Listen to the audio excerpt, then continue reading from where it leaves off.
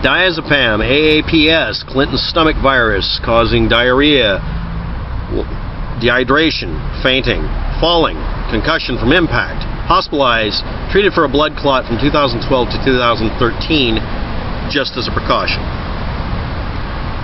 After fake medical records surfaced on the internet, Clinton's doctor had to attest to her well-being at the start of her campaign and then released detailed letters about her medical history and ultimately stated that she was fit to serve.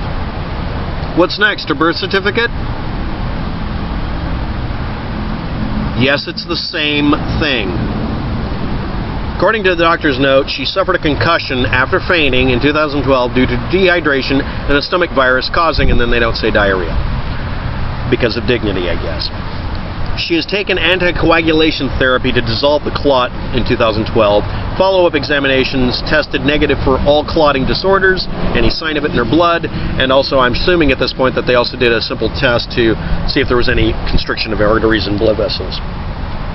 She continued to take anticoagulants as a precaution at a lower dosage. The doctor note didn't give any reason for concern after that point. By 2012, testing showed that the clot had completely dissolved, and along with thyroid medicine, allergy medicine, and vitamin B12, there's nothing else listed. That's it. That's her entire health record. Oh, I get it. We can look at the pixels on the PDF and see some fakery. Okay. Trump's doctor released described his health in lofty adjectives, saying he's going to be the most healthy president ever. I guess that one president we had that was in a wheelchair should have been shot on sight, right? Yes, look that up.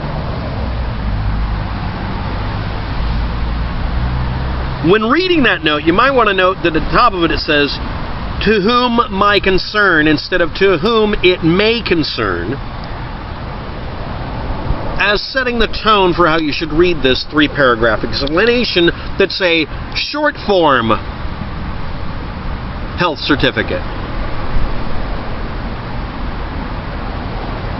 Yeah, I'm not just shoving it down Trump and everybody else's throat. I'm going to cram it up their butt, and I'm going to clamp it in place with super glue. Trump and his supporters are pulling the birther thing. Now, birther doesn't mean you're questioning whether or not someone's an American citizen. It really doesn't. Ted Cruz and Trump all have ample evidence that they could legally be qualified as not being an American citizen if you wanted to push it. Nobody's willing to push it because that's insane. See also people who wanted to elect Arnold Schwarzenegger to president. He just became governor, right? See also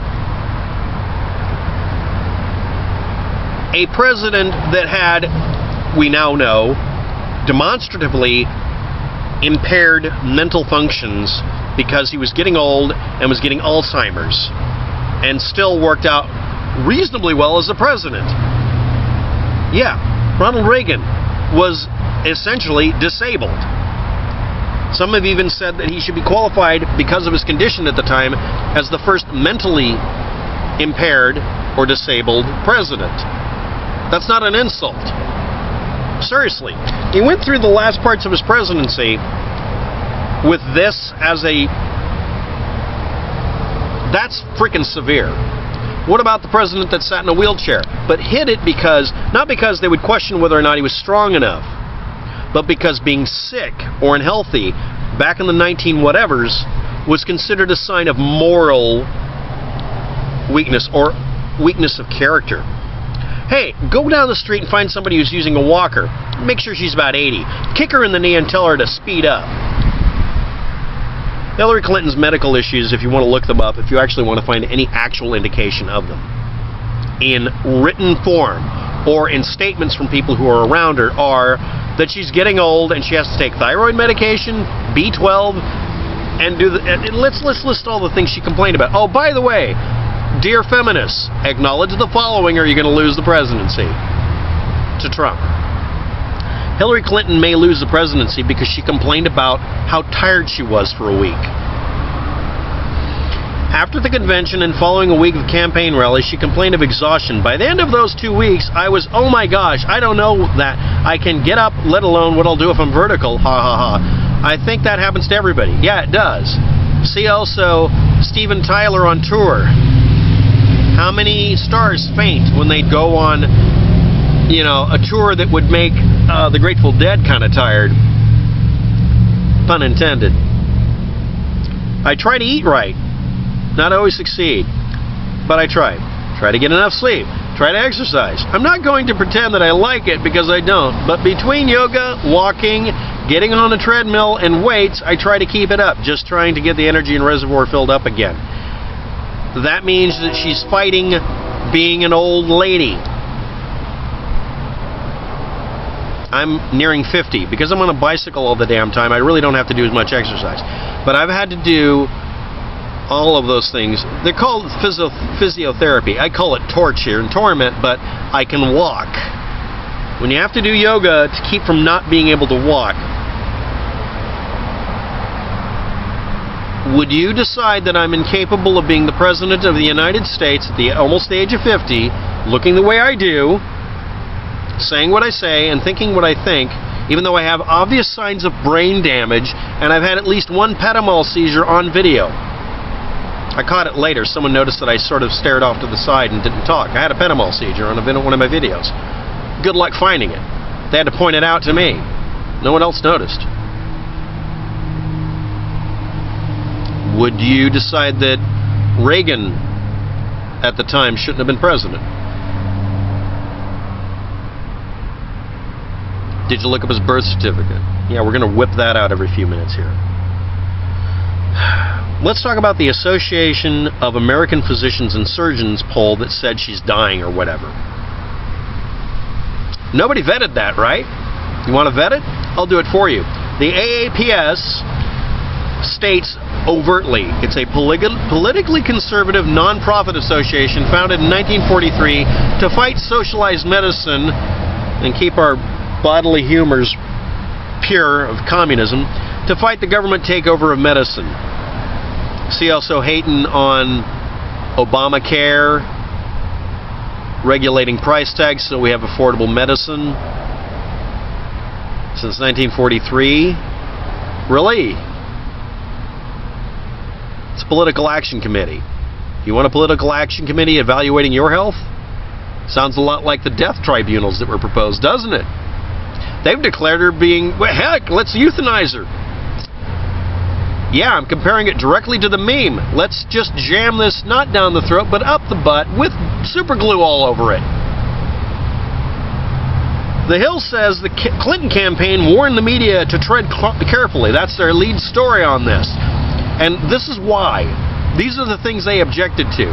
Because the Clinton campaign, responded forcefully to concocted fake documents attributed to her doctor, telling everybody to get a life, asking anyone on NBC or anywhere else if they were willing to defend their pieces of reporting on the subject. The Hill calling this a pushback on mainstream media's willingness to pick up on some of this stuff that is usually left to the fringes. Oh no, I'm sorry, that was actually the Clinton campaign. Yeah, half-truthing shouldn't be done in the media. Shouldn't be given any credence. Why are you picking up on this stuff? The fact of the matter is there's no truth or factual evidence to debunk. So therefore, this vacuum of evidence, or citation, please, means that there's nothing you can do to fight the meme, and it keeps getting repeated. See also the long-form and short-form health reports. Let's see also faked evidence of Barack Obama being from another country that was done by someone who was claiming to be an attorney. Queen of the birthers. Faking evidence. Let's see how many birthers show up here. Oh, that's right. Trump's a birther. Because he's never recanted and said he was wrong. See also every fake YouTuber that won't admit they're wrong.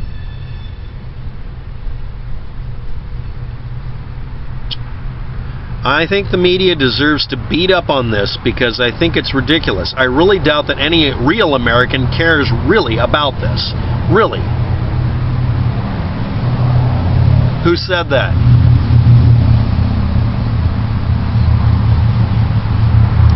Trump's doctor released a health report with lofty adjectives, but got "to whom it may concern" instead of "to whom it may concern" on the top of the page.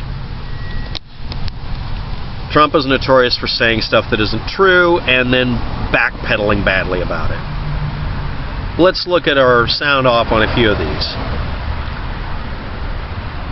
There's plenty of good information out there. It's almost impossible not to run into it. You have to deliberately cherry pick and choose faked information or information that is lurid details and lies. People want to believe them because it gives them the moral drive to continue a fight. See also people trying to prevent socialism in medicine. I'm actually not in favor of socialized medicine, but it's still a bias. Stop ignoring it. Trump's repeated habit of choosing bad information on purpose, both on and offline, tendency to solicit and repeat and retweet self-serving falsehoods, sycophants and hangers-on doing this. And this should be taken seriously. Among the most important tasks of a president is knowing what to believe and whom to listen to. It takes two to lie, one to lie and one to listen. Which facts to trust and which theories to explore. Trump's judgment in this regard is many reasons. I personally don't think he should be qualified for presidency, but we can all decide which way we want to. He's retweeted a doctored image, not a video, of Thomas DiMaggio standing in front of an ISIS flag while Arabic music plays in the background.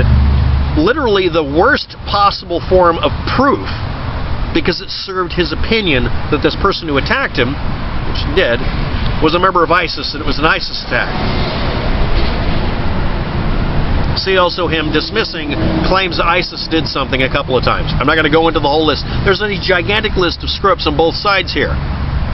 See the character of these idiosyncratic screw-ups and what the people do afterwards when it's called out on them.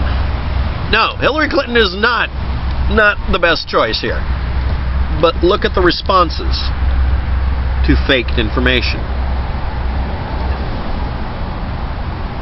Accusing Ted Cruz's father, Rafael Cruz, of being connected to the JFK assassination because there's a blurry picture of a guy standing near Lee Harvey Oswald handing out pro-Castro pamphlets. And kind of looks like Rafael Cruz, Castro. In a different decade. And Trump not backpedaling on this properly by saying he got it off the internet. He shouldn't have to check everything. It was a National Enquirer article. Bat Baby? Bat Boy? We love Bat Boy.